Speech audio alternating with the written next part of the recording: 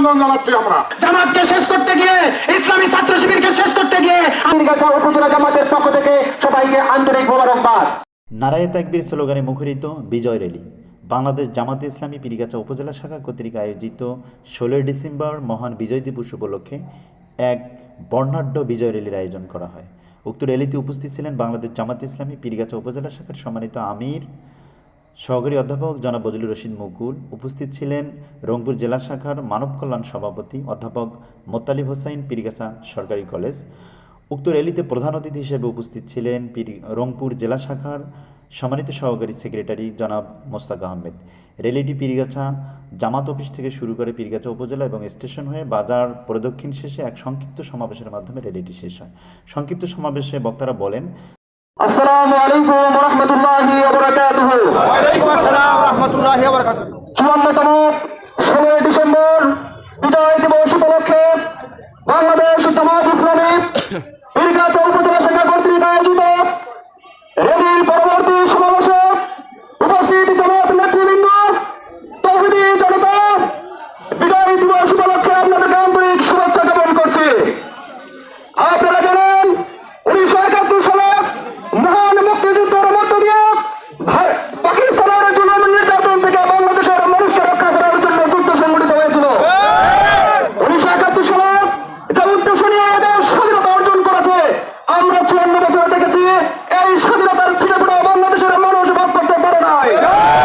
সংগ্রামী ভাই সাহেব, 1947 এবং 1971 স্বাধীনতার পর নতুন করে বাংলাদেশকে আবার স্বাধীন করতে হয়েছে কেন?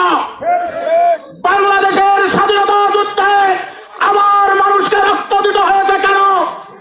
এই স্বাধীনতাটি ছিল আবার আরেকটি ব্রাহ্মণ্যবাদ অত্যাচারী একটি দালাল সরকার, ভারতের পাঁচটা ফ্যাসিস্ট আওয়ামী লীগকে বিতাড়িত করার আন্দোলন।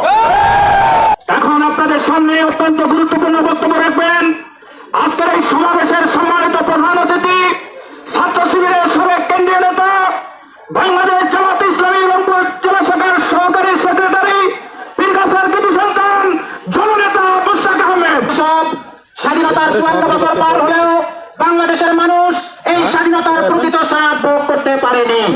বিশেষ করে বিগত 15.5 বছর এই স্বাধীনতার শতভাগ স্বাদ পালন করেছে দেশের একটি পক্ষ, যার নাম বাংলাদেশ আওয়ামী লীগ।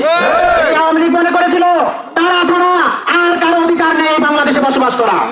তারা মনে করেছিল জামাত ইসলামী এবং ইসলামী ছাত্র শিবির এদেশের কচুর পানির মতো ভেসে আসা কোনো সংগঠন। ভেবেছিল জামাত এবং শিবির সমুদ্রের পানির ফোনার মতো কোনো সংগঠন। এই জন্য তারা তাদের সমস্ত শক্তি নিয়োগ করে এই সংগঠনকে নিষ্পেষিত করেছিল, এই সংগঠনকে চিরতরে মুছে ফেলার চক্রান্ত করেছিল। কিন্তু ভাগ্যের নির্মম পরিহাস, জামাতকে শেষ করতে গিয়ে, ইসলামী ছাত্র শিবিরকে শেষ করতে গিয়ে আজকে আওয়ামী লীগ বিদ্রোহী শেষ হয়ে গেছে। প্রিয় ভাই সব, বিগত 15.5 বছরে আমরা দেখেছি বাংলাদেশের মানুষের ভাগ্যের উন্নয়নে তারা কোনো কাজ করে নাই। তারা শুধু কাজ করেছে আমাদের পার্শ্ববর্তী দেশ ভারতকে খুশি করার জন্য। আজকে আমরা দেখলাম ভারত তাদের আসল চেহারাকে জাতির সামনে উন্মোচিত করেছে। ভারত সবচেয়ে বড় অপরাধ করেছে, বাংলাদেশের খুনি, মানবাধিকার লঙ্ঘনকারী, গণহত্যাকারী শেখ হাসিনাকে আশ্রয় দিয়ে ভারত সবচেয়ে বড় অপরাধ করেছে। আজকে তারা আবারও চক্রান্ত করছে, ওই আপতিত হাসিনাকে আবারও বাংলাদেশের ক্ষমতা আনার জন্য তারা আবার উঠে পড়ে লেগেছে।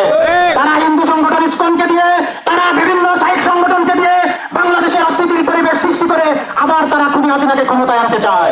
বাংলাদেশ জামাত ইসলামী পীরগাছা উপজেলা শাখার সংগ্রামী আমির, বাঙ্গুলপুর ইউনিয়নের জননন্দিত চেয়ারম্যান, জননেতা বজলুর রশিদ মুকুল। বিসমিল্লাহির রহমানির রহিম।